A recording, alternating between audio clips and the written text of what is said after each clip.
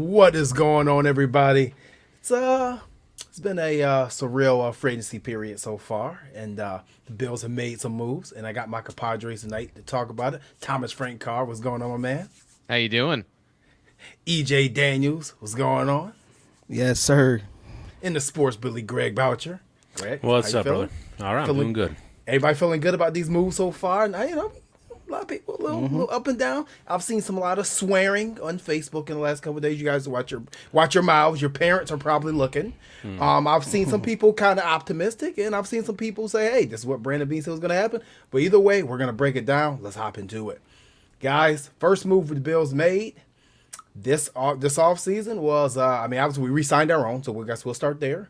We were happy to hear Daryl Williams is back, right? Boucher, I'll come start you first. Yeah, I've said it all along, and we've all talked about it. I think he was priority number one, regardless of whatever direction we went. I think it all started with Daryl Williams. So I think I was a little nervous when I saw Matt Milano sign first, thinking, oh no, if the money we appropriated for Milano takes away from Williams, I'm not going to be happy with that, but it all worked out, and I think it's a great move. I think we all agree protecting Josh Allen is priority number one, and bringing back one of the better, if not top tackle free agents, and retaining him and keeping some of the continuity up front with Williams is a smart move. So I loved it. I think that was an A+ move for him and getting it done, and it didn't kill us. I think we were all pretty happy with the money not being ridiculous. Right?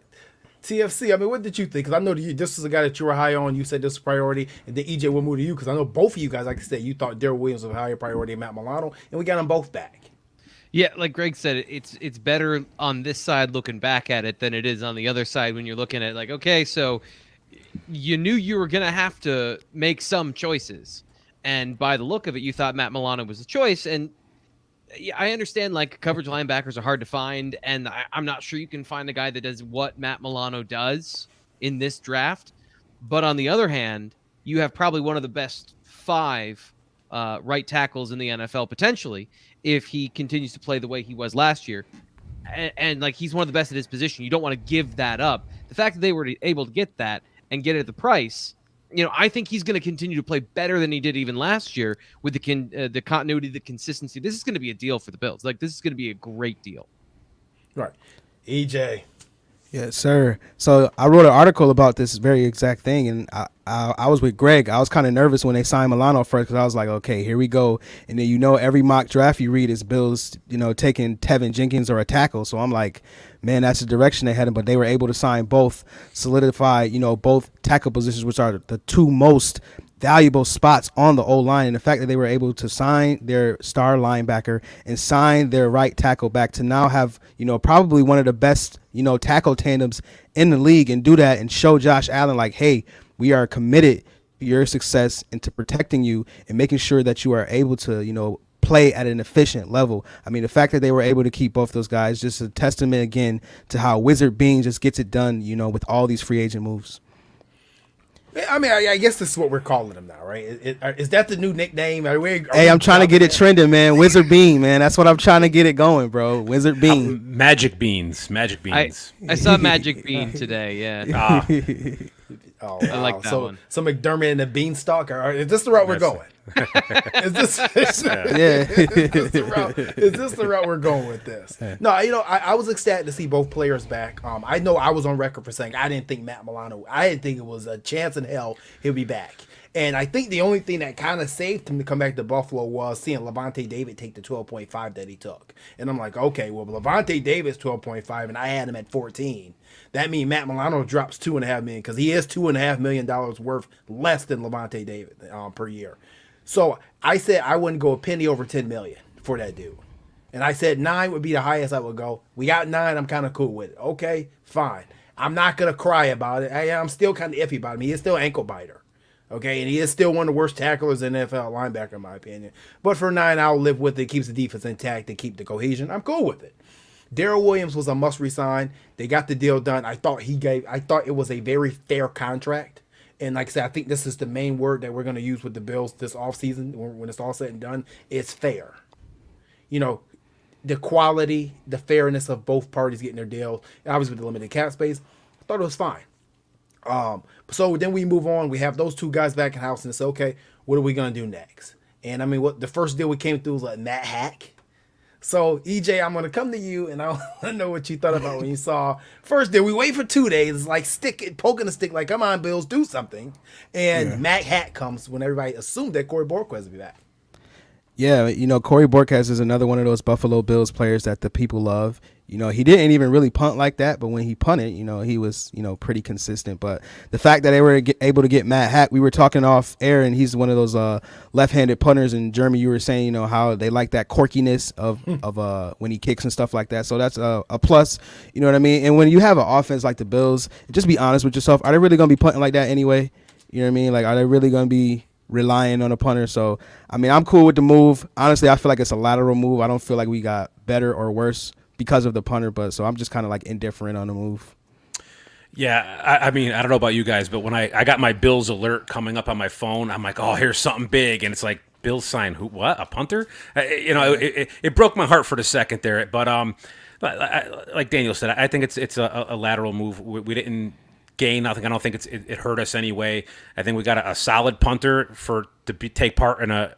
Probably, like I said, hopefully we're not going to see much of him anyway. So we'll hide him off on the sidelines. We won't have to use him often.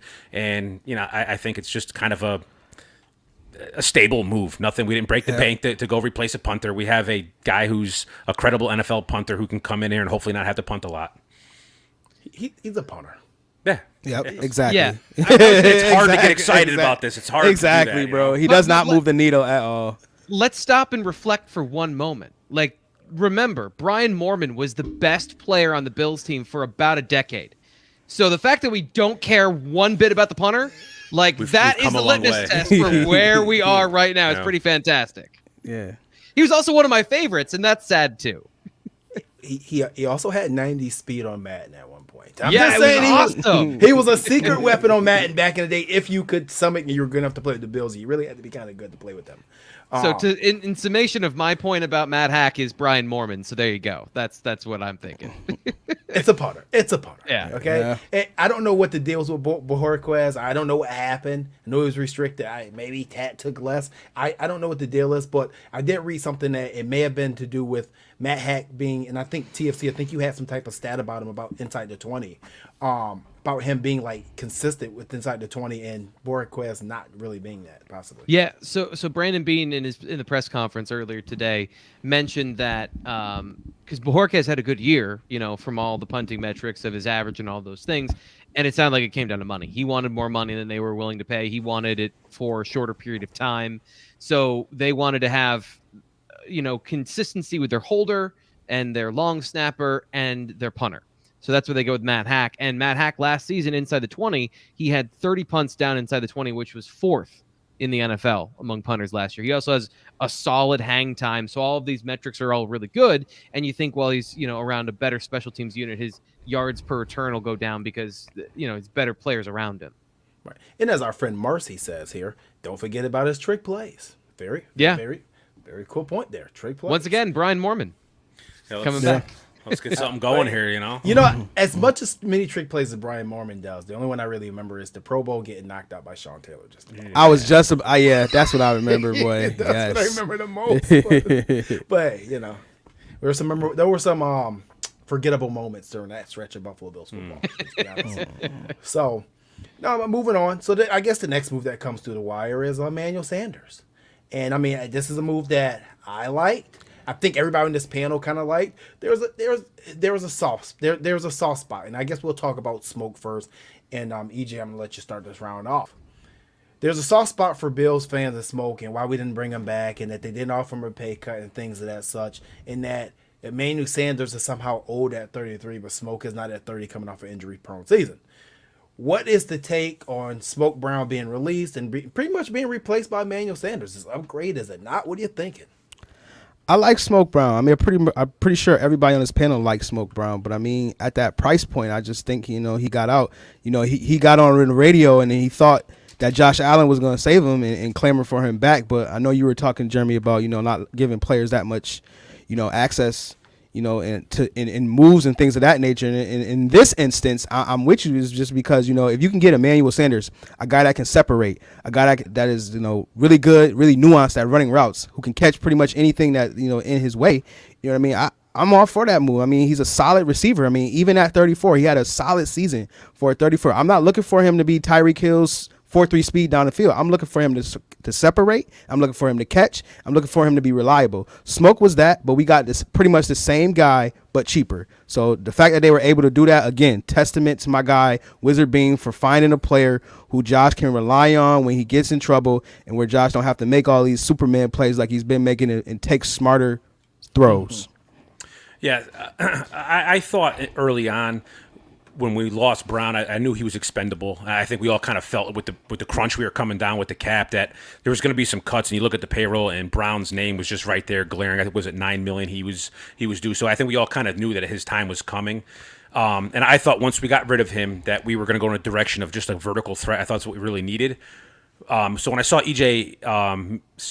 Emmanuel Sanders come in, it kind of took me for a minute, and then I really looked into what we were getting out of him. And if you look back into last year, for the talent we had at receiver, it seemed a lot of times that Allen was, in those times of need, struggled to find that guy, and I think Emmanuel Sanders can be that guy. He understands how to get open. He understands how to separate. So I think when you look at that and the addition that he makes to this offense, now when you come back and you really peel back and say, all right, what do we have, and we're rolling out there, you got Stephon Diggs, you got Cole Beasley, you have Gabe Davis, you have now Emmanuel Sanders. That's a very, very difficult task for a defense to come out there and go up against. So I really like the addition of him, and it's not a long-term thing. I think I really truly believe we're still going to draft a vertical threat in the draft and add that to this offense. So I like it. It's a great move for Bean. Now, before we move on to TFC here, Thomas, you put a great article out. Now, if you guys have not, go in and check this article about TFC's film evaluation of Emmanuel Sanders. You may want to go check it out. You'll be gladly informed of who he is and what he can bring to this offense. But what's your take on the swap from Brown to Sanders? What are you getting out of him? What are you getting that's different? What's better? What's worse? Yeah, so I don't think it solves the biggest problem that they had. And Greg is right. I think they still need to have a little more explosion in the offense because Sanders, while he's fast and he's quick, he's not the same vertical threat that John Brown is. But what you're getting is what you guys said, a professional route runner, a guy that can get open versus zone coverage, a guy that you can use in a multitude of ways and is going to get all the yards that are there. He's very, very good, like professional, mercenary. Those are all the words that come to mind when I think about Emmanuel Sanders. He's been on 3 teams in 3 years. I can't help it. I'm a huge fan of what he does because it's consistent. John Brown wasn't as consistent when it comes down to, on a per catch basis. He's one of the most efficient receivers in football over the last couple of years. The biggest problem, though, is he's not big, and the Bills' receiving core still leans on the smaller side. Even Diggs, he's not like a hulking human. Now, he's still a superstar. He's still a guy that's going to, command double teams, and he's going to be getting you everything you need from a receiver. But Gabe Davis is the only guy that has really any size in the receiving core, and Emmanuel Sanders doesn't play through contact very well. He doesn't get off press coverage very well. New Orleans used a lot of motion, and they use a lot of, non-static formations to get him open and off the line of scrimmage. So, what the Chiefs did multiple times to the Bills last season, that's still a problem. You still need to find a solution for that. But then the question is, if you've got 5 good receivers, can they do that to you? And I don't think they can do that as well now because you're going to have Emmanuel Sanders, who's more reliable, I think, in the per catch basis. You bring up a good point about what Emmanuel does for this team.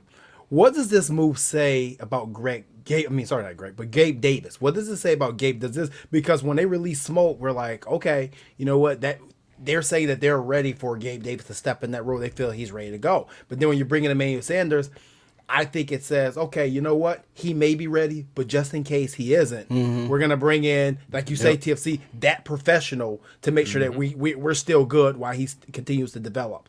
And I guess I'll go around the horn and think, what does Gabe Davis standards come into 2021, if you want to call it that? Greg, I'll start with you.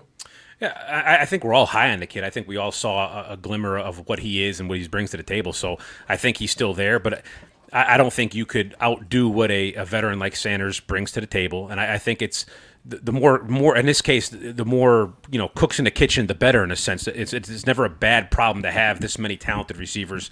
It's going to be a long season. We're adding a game. We're going to have some bumps and bruises along the way, so we're going to have some depth out there. So I think it's a great thing. But I think Gabe Davis played well last year, but I don't think he took that step and really was dominant in any fast. I think he ate a lot off of having Diggs and Beasley being so productive. So, we'll see what the future holds for him, but I think it's a great situation for us to have for sure. Yeah, Gabe Davis is in a very good situation where he's not in a pressure situation where he don't have to be the number 2 right away, like you said. He's going to go from seeing the third and fourth best corners now to the second best corners being on the outside now. And now, if he can't handle that, you have Emmanuel Sanders, like a guy who can go and separate it pretty much against anybody due to his quickness and his speed and all that. And Gabe Davis, again, he showed a lot his rookie year. 6'3" frame, can run, can get down the field, can catch, make contested catches at that too. Towards the end of the season got hurt a little bit, so that's why you saw his play, fall off a little bit. But he's in a prime role where, again, he doesn't have to contribute so much right away, and they can ease him in. And like you said, we got 4 or 5 guys that can separate at a high level, be productive, and as time goes on and as the season progresses, we'll see Gabe Davis, kind of take over that number 2 role, because that's where they're trying to go to. And then you also got Isaiah Hodgins in the wings too, waiting for his opportunity too. So, the Bills are in a prime position to have one of the best receiving corps in the league. And speaking of Isaiah Hodgins, before we go to TFC, Greg's going to be having a nice article coming about the Bills' forgotten find. That's be coming out pretty soon. TFC, I mean, what's your thoughts on the Gabe Davis situation?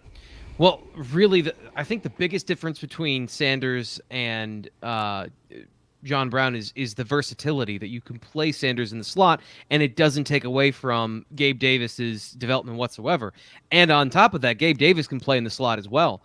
One of the things that I think was really underrated about the way they used him last year is they used him as a glorified tight end at times. They'd use him on like legitimate split blocks. They'd bring him in the running game, and he would crack block a defensive end, and he wasn't terrible at it. So now you can play 10 personnel. You can have 4 receivers out there. You have big Gabe Davis in the slot, or you can put Emmanuel Sanders in the slot. You can motion. You can put guys in you can play Diggs in the slot too. The only guy that isn't inside-outside versatile would be Cole Beasley. So the deployment of your resources is way more even now. It is more unpredictable, and I think that that's a huge thing for what the Bills can do next year in their passing attack. And because you have Sanders who can play in the slot, you can play Gabe Davis out wide, and he can be that vertical threat. So it doesn't take away from that. It doesn't take away from his role in the offense at all. We're gonna be getting to your questions pretty soon. I do see questions from Tyler Montgomery about Fromm and Hodges. I see a question from James Massey about Cynthia Freeland's tweets, and then I also see a question here from another viewer asking about the Sammy Watkins rumor that's popping up now. That's very interesting right there. We'll see. We'll get to all that. So, but before we do that, I want you guys to do me a favor. Put whatever you guys' grade you think the Bills' grade is from A to F in the chat of what you've given the Bills for the free agency move so far in Brandon Beane, and just some thoughts if you like to put them on, which I get most of them up on the screen. When it comes to his receiving core, I mean, one thing I'll say about Gabe Davis is he's going to, not you, EJ, I'm talking about the viewers. Nah, TFC did it too, though. I did it too. He did it too. He did Not it too. Man. I was like, all right. Are we doing Right, that's what I was like. Oh, okay. That's a fun game. One of the things that I do know about Gabe Davis is that he's gonna have one hell of a mentorship group when he's ready to go. I mean, he gets to watch Stephon Diggs work. He's got to watch John Brown use his speed. He got to watch Cole Beasley run routes. Now he's gonna learn from Emmanuel Sanders. So if he's not ready to go, he's just Zay Jones all over after this. Oh no! Just don't. One quick thing. Go ahead. One quick thing. I love the fact that the Bills are being aggressive at the receiver position, because if they weren't, what you would have is you would have the Green Bay Packers, who are still waiting on Marquez Valdez-Scantling to break out. Like that, you're saying Gabe Davis is the same. I'm like, yeah, I kind of see the similarity there. They're not sitting on their hands waiting for Isaiah Hodges.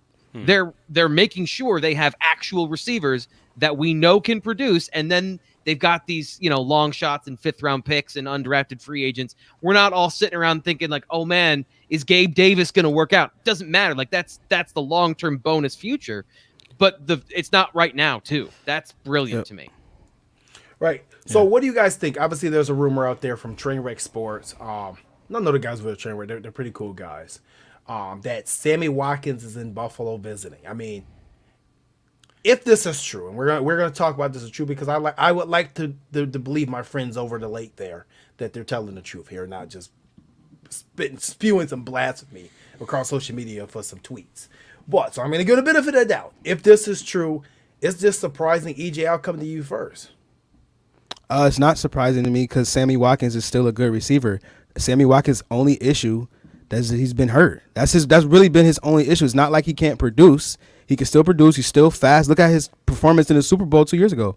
When he was there, he was a difference maker for the Chiefs. And getting back to this Bills offense that's already loaded with receivers, he wouldn't be relied upon to be such a huge contributor like his first go around. He'd be able to just be another guy, and that's kind of the role he was in with the Chiefs. He wasn't the guy. It's Kelsey, it's Hill. I mean, and then they can bring other guys in too. He can just be a contributor. He doesn't have to be the guy. Some guys cannot thrive in that I'm the guy role. Because it's such a role that requires a lot. It requires you to beat all types of coverage, all types of man coverage, and everybody doesn't thrive in that role. It's all about finding your role and excelling in that role. And if he was to come to Buffalo, he would be in a role where he could excel and thrive. David Steinman says Sammy's only in Buffalo for some real wings. Greg, what are you thinking? I mean, I know he lived here for a while, so maybe he left something at an apartment or somebody's coming back to pick it up. I don't know. Yes, family maybe. Yeah, that's what I was thinking. Yeah. I just don't see the need for him here at all. Like I said, if we didn't bring Emmanuel Sanders in, and that was an option, he could kind of fit a role of saying, okay, we're going to add that veteran. I don't see the need for him here. You can only cut the pie so many ways. Where are we going to fit Sammy Watkins into this offense? And we're going to have to pay Sammy Watkins. I'm sure not an absorbent amount of money, but the guy's going to want to get paid. So I just don't see the need for bringing him in, paying him to be a rotational 4th receiver when we can go out and draft a guy who can come in and we don't have to pay pennies to come in and fill that role. So I hope it's just a bad rumor or misinformation, but I don't think we need to go revisit the Sammy Watkins ordeal. Why is it such Sammy Watkins hate in the comments, though? Like, he was hurt. I mean, you can't do anything about injuries. Why is there so much hate in the comments for him? I think we moved up to go grab a guy, and we were so much stock in him being the savior of this franchise, and he was never. And it's not his fault, but I think we as the fans put that on Sammy Watkins to be the first time Julio Jones, to be a franchise receiver that we haven't had since Eric Moulds, and we got him, and he kind of never really ever lived up to it. Right, and we're bitter. And mind you, before That's we move on, while you guys are watching the show, can you do us a favor? Can you just subscribe if you're watching on YouTube? Subscribe and like on YouTube, and like and actually share it on Facebook if you can, and Twitter. If you're on Twitter, retweet it. I don't know if we had anybody watching Twitter tonight. Twitter goes to bed early. It's like a bunch of old men that argue at like 6 a.m. But if if you do happen to be up, just retweet it for us. I guess my take is on something. I guess I have to agree with Greg on this one. Is I don't see the need here. After bringing in Emmanuel Sanders, I would much rather bring in somebody on a rookie deal, especially with the speed, like I said. And I get your point, EJ, about he's been injured, but that is the problem. He's been injured since he stepped into Buffalo. He's kind of been injured since Clemson, really. I was a big Sammy Watkins supporter up until that. What was it? Players Tribune article, whatever article he wrote last year by the Super Bowl, talking about how he didn't care, wasn't practicing hard, things like that. And I get the heart-to-heart, releasing everything that he said and stuff like that. But personally, I thought it was a free agency ploy. Like, hey, in case I get cut, because there was a chance that he was going to get cut after that Super Bowl for salary cap reasons. If I get cut, I'm going to market myself that I'm actually a lot better than what I was in the past. Because I just didn't take it seriously. But now I'm taking it seriously. Somebody should give me money. And I'm with TFC as well. You're going to have to pay this dude. This dude ain't coming in here no $1 to $2 million deal. I can tell you that. He's not going to do it. He just does strike me as that type of guy. I don't want him here. And I like I said, I was a big Sammy Watkins supporter. To this day, I'm still not mad at Buffalo for making that move to trade up, because it was a ballsy move, and it was something that the franchise hadn't did in a while. So I was cool with it. But I don't need him here. Like I said, somebody said in the chat, Deshaun Jackson. I would much rather go Deshaun Jackson on veteran minimum than Sammy Watkins, I just kind of don't get the gist there if that's the case. Not to mention Deshaun Jackson been hurt just as much as he has too, though. Just to throw that out there. He does at least offer us a vertical threat. So does Sammy Watkins. No, he did it. He did it in one game. I'm just saying. I mean, all the points that y'all trying to make against him, you can make for him. Also, he killed Richard Sherman on a deep pass in the Super Bowl. Like he could get vertical. When he was with the Rams, he was killing people vertical. Trust me, I know. So it's not like he's a scrub. He just was hurt, and y'all don't like him. That's it. I think you're taking this way too personal. I think we're. I'm not taking it personal. I'm just saying there's a lot of Sammy hate, and I'm just trying to understand where it comes from. That's it. It's the draft pick. It's where he was selected, and it's not fully his fault. You know what I mean? But then again, we can also argue he never really fully embraced the city of Buffalo. He didn't embrace the city of Buffalo like Deion Dawkins. He didn't embrace the city of Buffalo like Josh Allen. He was Sammy Watkins. He was doing this thing party on a Chippewa. He could give a damn about the fans. He was collecting his checks. And and that's the truth. So if you want to ask about the hate, that's where the hate comes from. This is a hard-working city. They just like blue-collar guys that come in and work. They'll love you forever. Hell, we love Kyle Williams. They love guys like they love people like Chris Kelsey. The dude took it for granted. That's where the hate comes from. You know, I like I said, I don't want to put too much on him because he was a kid at the same time. But has he changed? Do we know that? I mean, he didn't produce in one of the most explosive offenses in the NFL, even as a third receiver. We saw what happens for a third receiver with Josh Allen last year in a similar offense, and he put up okay numbers in Kansas City. You know, can he return kicks? I was joking earlier, but like that would be where he would slot in now as a kick returner, gadget player. That's what the role that's open in the offense is right now. That's what's open. So if he's in here to do that, wow, like that's some you got some high-end gadget players, but that's it. It's going to be interesting to see. If he does, I think we're going to have, there's going to be a lot of angry people if the Bills sign him. And the Bills fans are, sometimes they're forgiving, sometimes they're not. And with them, I don't think they're going to be very forgiving. That'll probably be the first time you see people like, hey, fire Brandon Beane. And you know you're going to see it because people do go to the extreme. Which brings up our next signing today. From one bust, and I'm calling him a bust, I'm sorry, man, to another bust, and Mitch Trubisky. If you want to call it that. I'm sorry I had to do it. It is a bust. Yeah.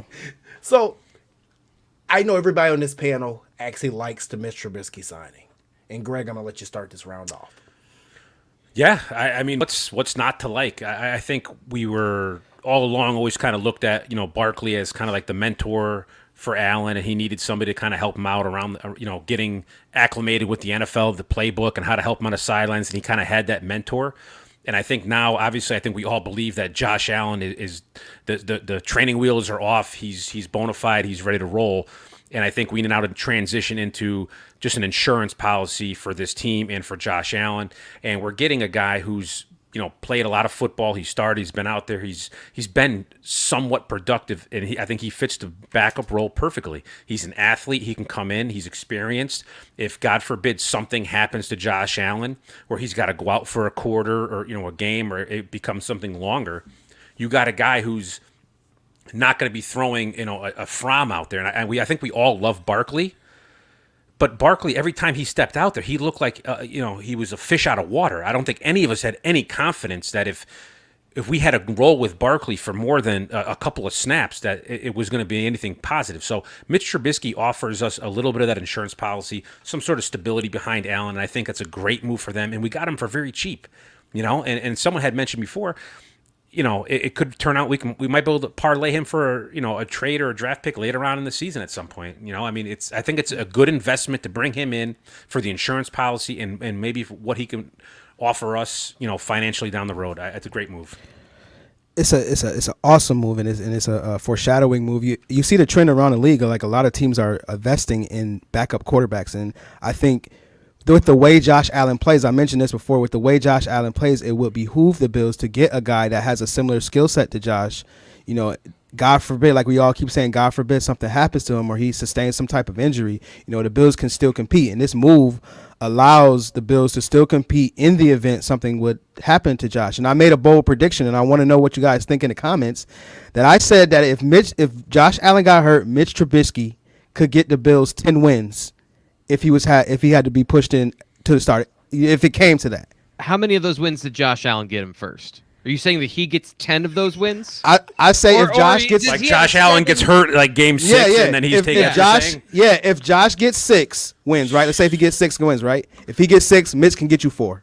I feel like we're really tampering with the football gods here by trying to make this a bet and see but Bean is thinking about the same thing though. He's thinking about the same exact thing. I don't want to partake in this conversation. Yeah. I don't want this show. I don't want this show being brought up later on as some sort of like Nostradamus move, and that these are the guys.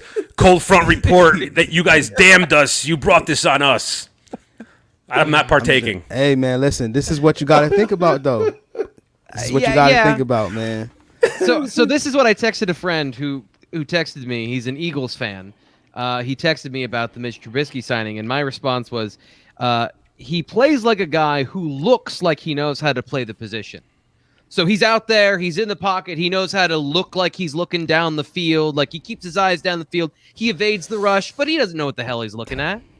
Like to this day, I don't think he really knows how to read a defense. Like that sound like Josh Allen year 1 and 2. Right, but Trubisky's in his 5th or 6th year now. Like he's a big boy again. What you guys said is correct. Like he's a fine backup. This is what the Saints are doing with a guy, like Jameis Winston.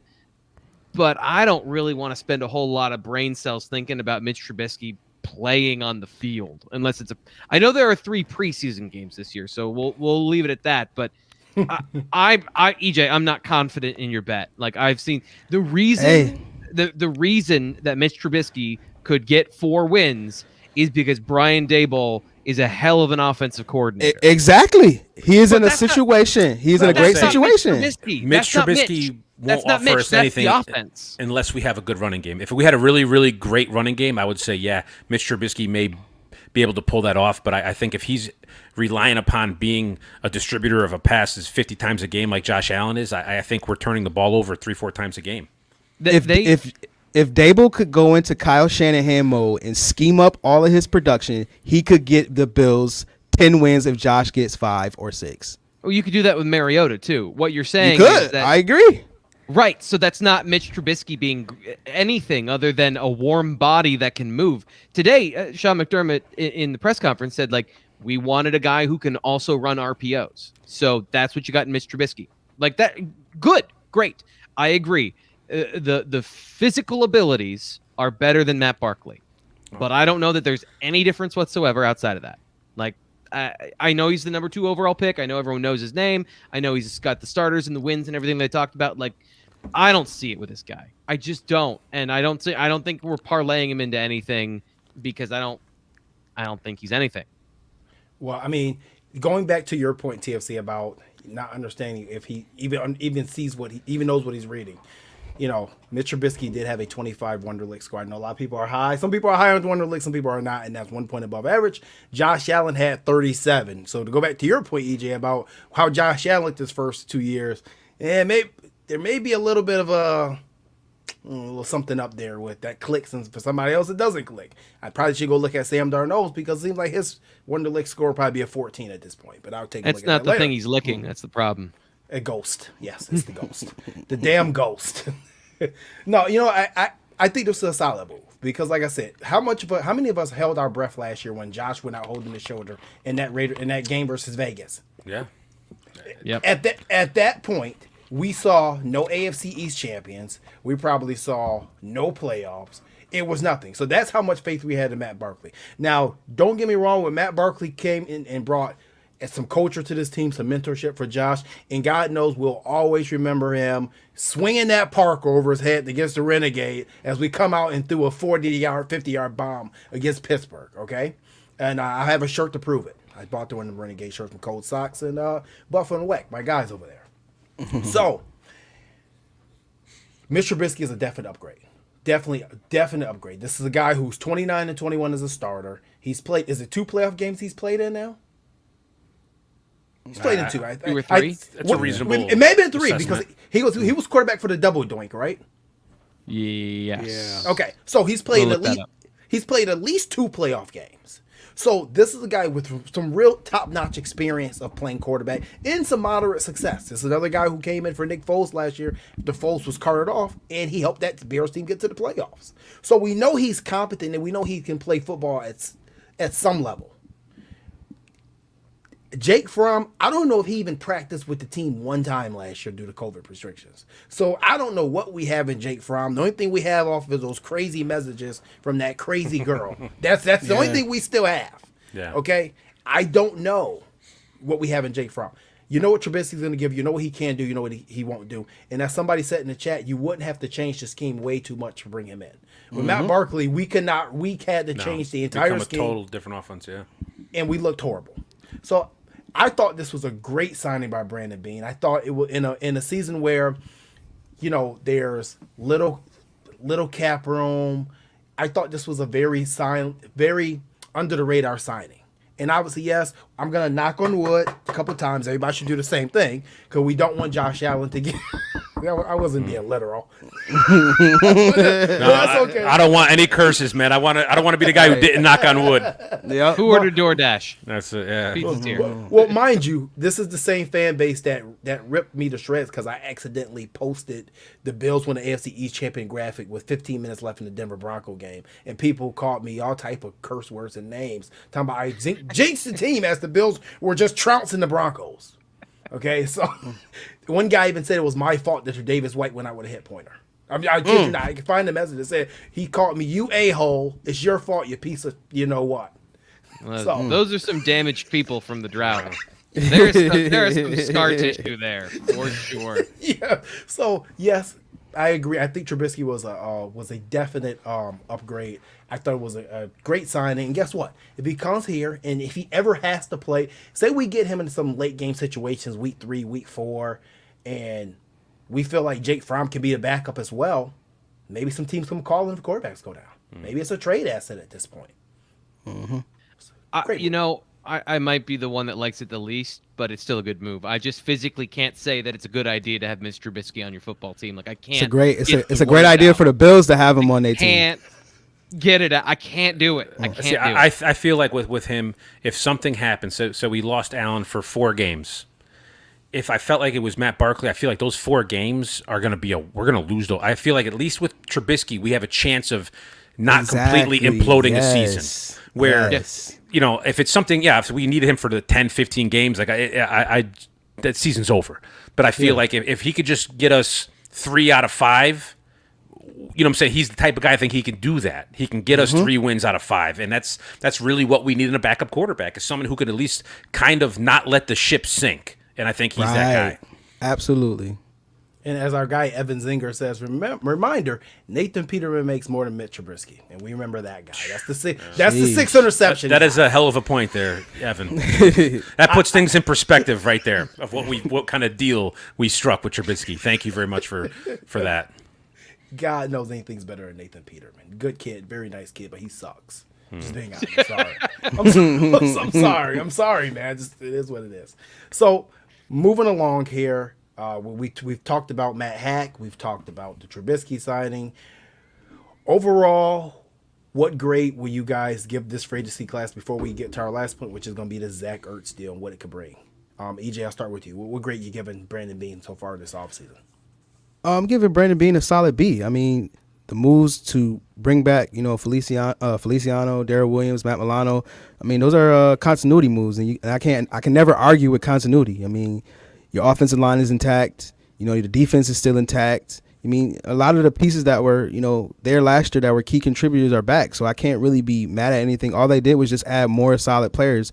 Granted, it was only like 1 or 2, but they still have more, solid culture, gritty, grimy guys that's going to get in there and that's going to help. And just to go back to TFC's point that he made, at the beginning about the Gabe Davis's blocking, I think Stephon Diggs should get a lot of credit for his blocking too. I remember I tweeted out something week 3 about, look at his blocking in that Miami game. Like, he blocked like a savage, and that kind of rubbed off on everybody else.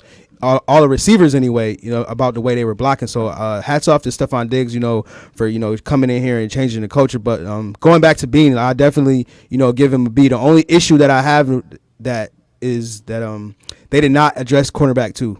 They only just re-signed Levi Wallace back. That's the only gripe that I have. Yeah, Levi's a solid corner, whatever you want to say, he can tackle, whatever.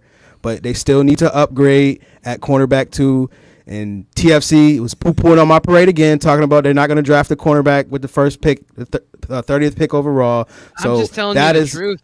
I'm just saying, man. But you raining on my parade. I've been at Bills Mafia for like 2 weeks now about cornerback is the move, man. So that's the only reason that Brandon Beane doesn't get an A from me, because they didn't address cornerback too.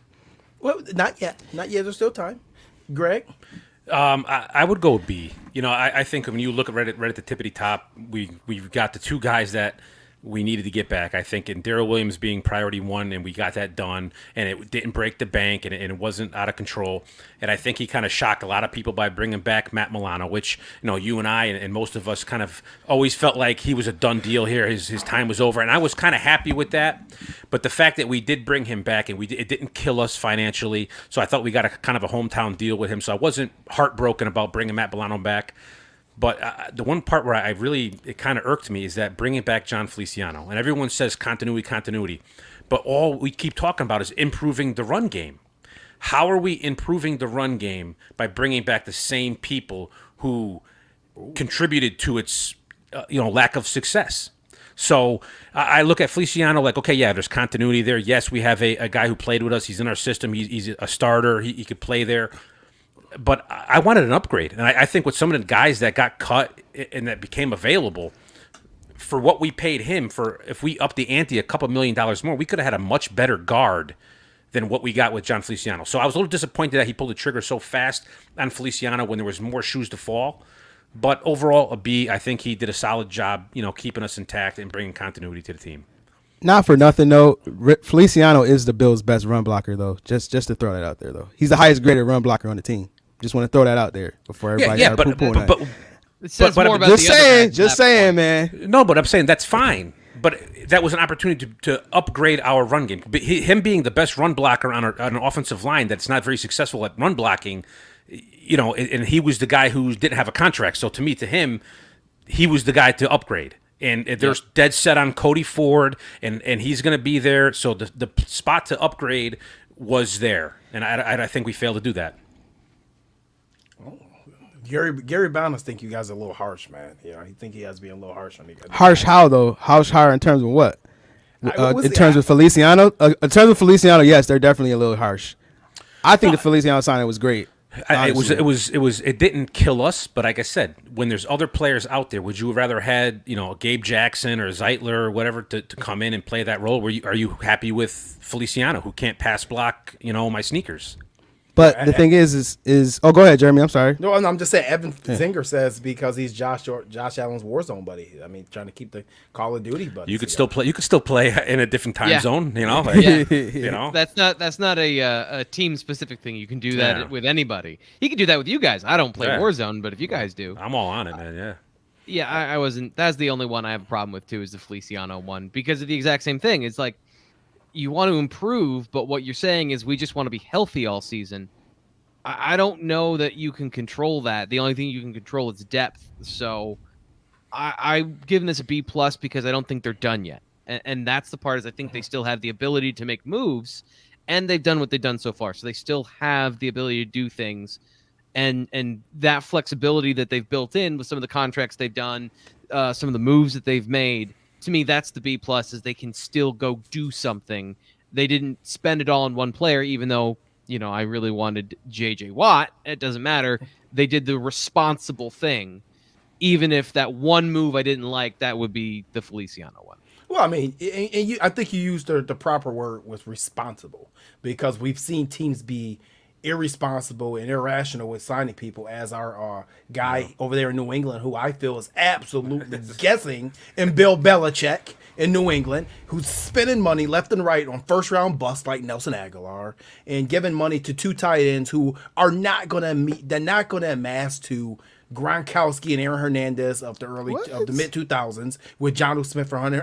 No. They are not Aaron Hernandez and Gronk. I said multiple weeks ago that he's retreading, and that's exactly what he's doing. He's a bitter old man who doesn't know what the hell he's doing over there. And now he's doing something that he's never done before and spend money. So I'm on the sense of Bill Belichick spending all this money he spent on these this week on these players who I think are absolutely awful. I'm going to give him a B plus for here in Buffalo. I think that even though we didn't address the number 2 corner spot, we got Levi Wallace back on $750K. We know we can get by with Levi Wallace. We know we can win with Levi Wallace. I'm okay with that. You got the Micah Hyde extension done. You got the Matt Milano done, although I may have reallocated that money. I'm just going to be honest with you. If the one move that I probably would not have made, been that one, and I would have took that $9 million. They said, got a Gabe Jackson, got one of these other guards inside, because I am not on the Cody Ford train. I think they're hiding that dude. I think that dude is a bust. And as our guy Backbone says, all this guy does is play video games. We talk about Warzone. I don't think he's gotten better from day one. I think they tried to hide him between Mitch Morse and Deion Dawkins because they made a bad freaking draft pick. So I'm going to give him a B plus.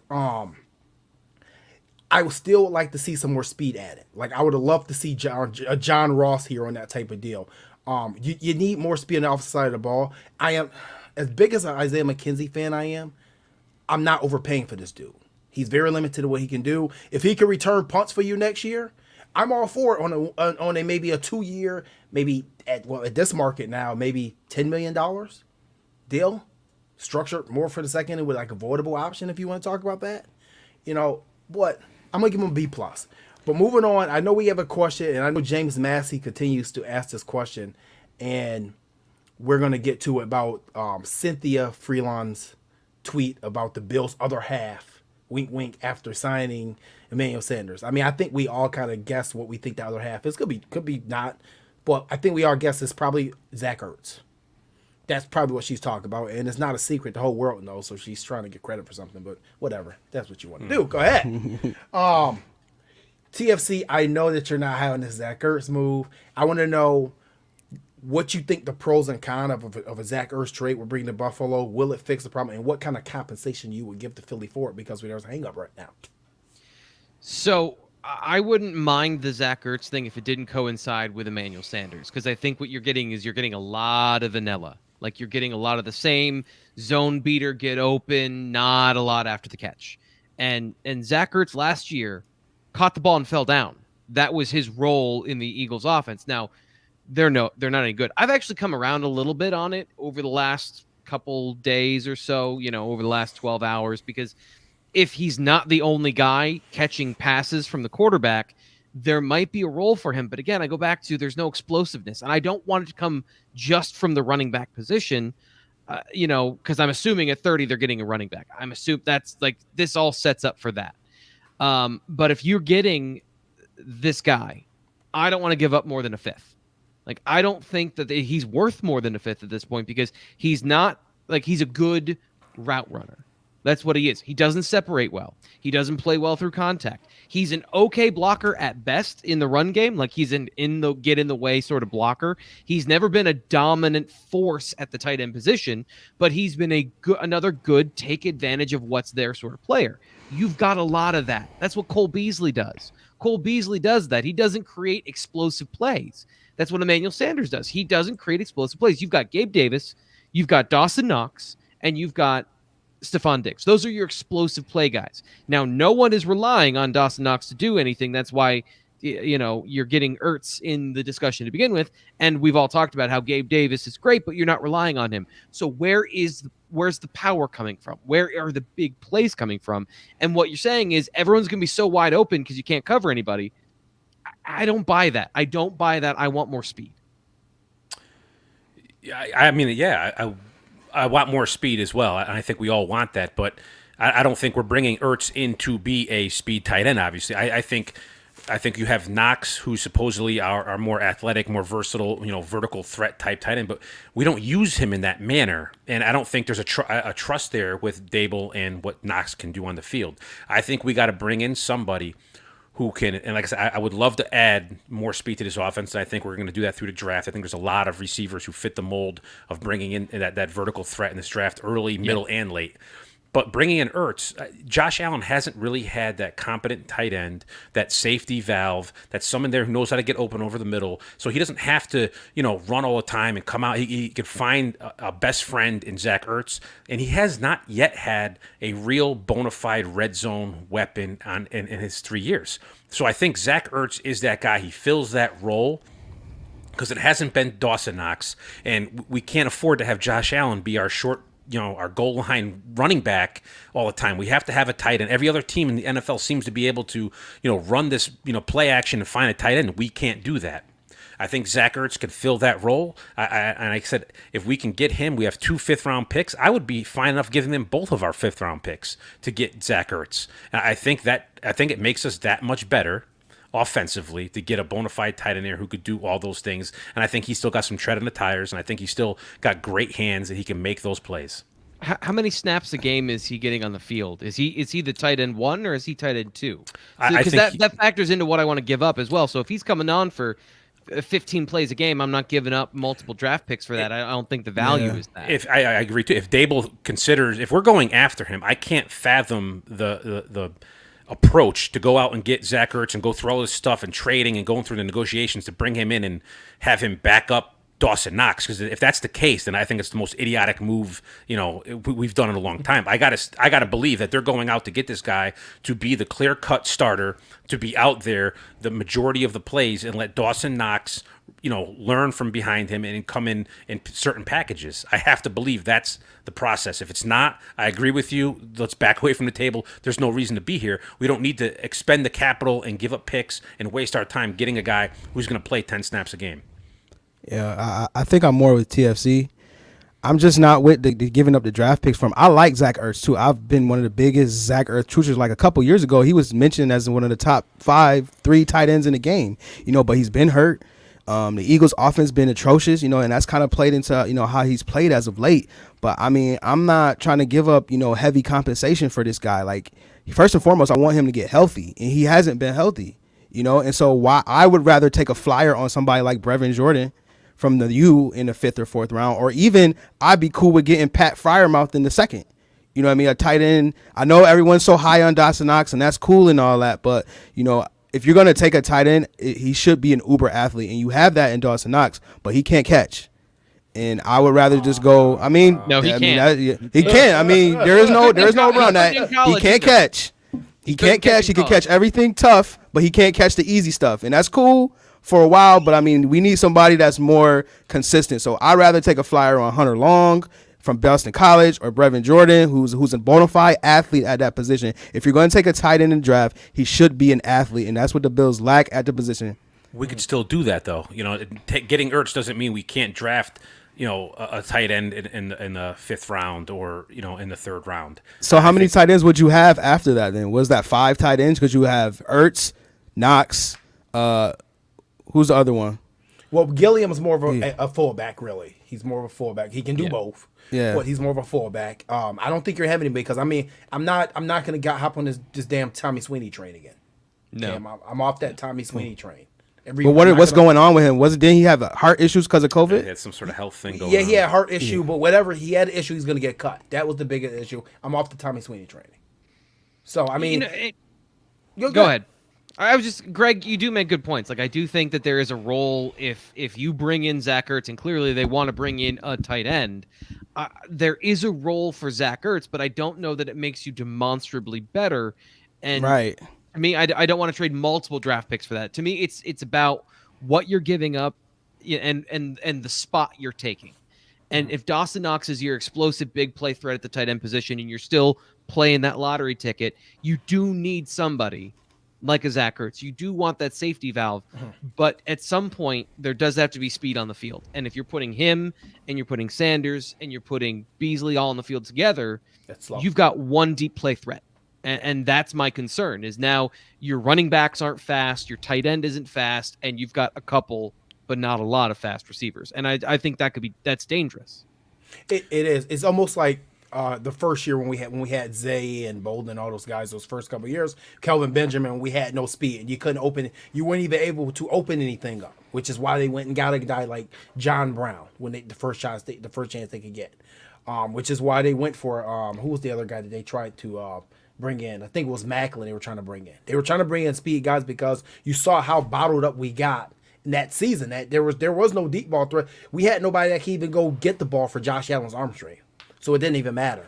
I'm in between, in my opinion on this.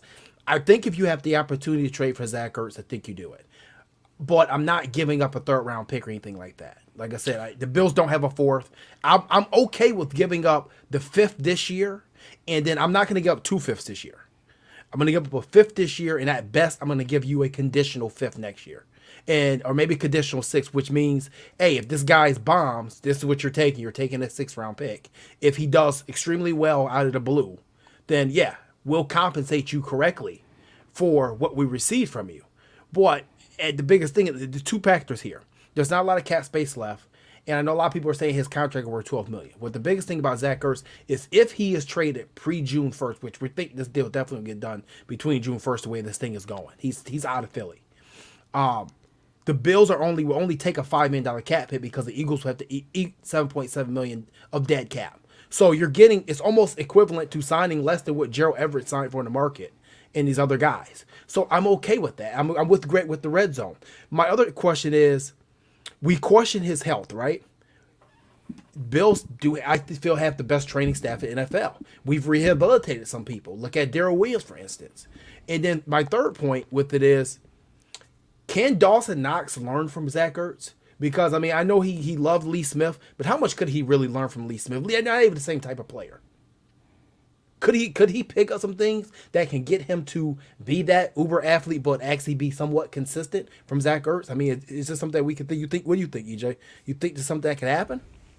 Most certainly. Like I said, I mean, Zack Ertz was considered, a top 5, tight end in this league at one point in time in his career. He was very consistent and like TFC was saying, he's a great route runner. He can catch, very consistent. He can most certainly learn something from Zack Ertz, and that's why I'm kind of on board with the move. But me personally, I'm all about trying to get that cheap value talent, and when the cap isn't, where it needs to be. I know you said the Eagles are going to eat some of that dead cap. It's just, man, I'm so torn on this. It's just, I don't know. I don't feel like we need Zack Ertz, but we need Zack Ertz. That's kind of where I'm at with it, man. I hate to say it like that because I'm on the fence, but it's just, man, I like I said, I'm just so torn on it, man. I just think me personally, I'm starving for some competent tight end play. And I think I think he delivers that, and I said, if we can get out of there relatively cheap, and not give up the bank for him, then I'm fine with that. But I'm fine with us walking away from it and saying, hey, you know what? We tried, we kicked the tires. It wasn't worth, the investment we were going to make in him. And I'm okay with that too. I think if we bring him in under the right circumstances, I think it's a benefit. And I think what we're all talking about, it all revolves around Dable. Dable's got to be able to utilize these people in certain packages and certain formations and drawing up the plays and designing plays and foreshadowing what he's going to do, using these personnel groupings. That a lot of that falls on him. And I think, obviously, we could talk about the run game, but I think him utilizing this talent, when and where he utilizes it, what players he has on the field at the same time to maximize the talent and also have the element of speed there, that we're not going to roll out our 4 slowest guys at the same time, or when and where in the field we utilize those heavier, slower packages. I think a lot of that falls on Dable's ability to call plays and design and game plan. I agree. I agree. I mean, it's going to be very interesting to see, but I think what we can all get from this is that Brandon Beane and Sean McDermott both feel that we have a problem at tight end. The fact that it was rumored that they had didn't offer a formal offer to Gronk shows that, hey, they're interested in upgrading this position at almost all costs, it seems like. They're not going to get desperate, but, I think the tight end position, I think we had 65 targets total to our tight end position last year, and I think it was a little bit less the year before that. So it's not a position that we've used much over the last 2 years. Some people would say, hey, we don't use it much because, as Greg would say, we don't have someone competent in that position. Some people, I think scheme-wise, Brian Dable just doesn't really give too much of a damn about it, to be honest with you. And we were in on Kyle Rudolph, as Mike Back says as well. Yeah. So obviously they see there's a problem here. They want to fix something. And they actually spent the money on Tyler Kroft the first year, which they shouldn't have. And I think they shouldn't have coming off 2 foot injuries in a row back-to-back. But there's a problem. My problem is I think that Ertz is closer to Kroft than he is to the guy that you're thinking of and you're remembering. That's my biggest problem. Is like I would love it if he was Zack Ertz from 2017. I just at this point I don't believe it. That's the biggest problem. I guess I'll ask this question: if Zack Ertz was to come here and we got him for, we'll say a 5th round pick, because that's what it seems like they ain't budging from, or maybe 2 5ths, 1/5 this year and a conditional 6 or something in 2022. If he came in and he gave you, we'll say 40 catches for, I don't know, 450 yards. And then Dawson Knox added maybe another 35 for another 300 yards. What was the trade worth at that point? I feel like that's a wash then. I feel like he not really adding nothing if that's the case. Yeah, exactly. I got that same face, TFC. It's just like, it depends on where the catches come. Yeah, right. Yeah. Timing Situation. What I think is the one thing we can say that he's probably lost a step, and he's not the elite tight end he was a couple years ago. I don't think anybody's here saying the guy can't catch the football. And I think that's the most important thing we need from him. And if he's going to get open and give us first downs and move chains and be a target in the red zone, I think that's where the investment is. And I think that's what I think the coaching staff and Brandon Beane see as the need, is somebody who we could rely on and be reliable, catch the ball and make contested catches, make the tough catches, and be somebody who can give us a red zone target that we've just not had. I think that's the relevance of Zack Ertz in Buffalo. It's going to be very interesting. And as these trade talks heat up, it's going to be an extremely interesting next 24 hours, because now we're hearing it was down to the Bills and the Colts, and that it was a hang-up because the Bills weren't budgeting for their compensation. The Eagles said they weren't taking less than compensation they felt, and they ended up doing this. They said the same thing with Wentz, and they got what they got, and they had to move on. And now we're hearing that the Chiefs are interested, which I don't know where the Chiefs are finding all this money at, but good luck to you, Kansas City, because you will be the New Orleans Saints within 2 or 3 years here. So good luck watching this. They're going to be releasing a whole lot of people. Andy Reid's going to be retiring on them, and like, here, Ben, let me take this team now with $100 million of dead caps and negative cap space.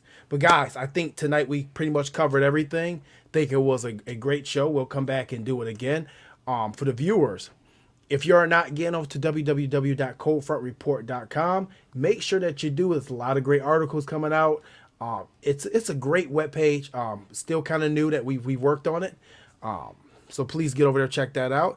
Make sure you're checking out all these guys on Twitter, TFC, EJ Daniels. I'll put their handles up on the screen, so make sure you're following these guys. I think they're all their handles, so make sure you follow them there. You could catch EJ on the Bills Brawl every Wednesday, right, EJ? Yes, sir. Every Wednesday at 9. Yeah. Greg is still making videos for the press and coverage, I think. And TFC, you at Rivals? I'm all over the place, man. I'm everywhere. I do so many things. Yeah. Blue White Illustrated at BWI on Rivals, and Kane Sports. I'm writing articles for both of them on high school prospects coming into college. So literally covering every facet from high school to the NFL and football. It's a very confusing Twitter feed if you follow me. Understand, but either way, it's knowledgeable. And as always, I'm JTM. You can catch me on JTM_Bills on Instagram. Catch me at JTM on Twitter, TFR on Twitter, and Facebook. I'm just Jeremy Turner Montgomery. I write a lot of stuff. People get mad at me. It's cool. I don't care. But other than that, hey, I thought it was a great show. We'll see what Bean has next. Right now, I think we all have about a B grade average for him, B plus, B, somewhere in that range. And we'll catch you guys next time. Oh, don't forget, get over to the Spotify and iTunes and all that type of stuff. Just look us up, Cold Front Report. We got our guy Dan Kelly releasing the Cold Front Report daily on Spotify podcast every single day. So other than that, guys, great show. Catch you next time. Hey, let's see what happens. Have a good night.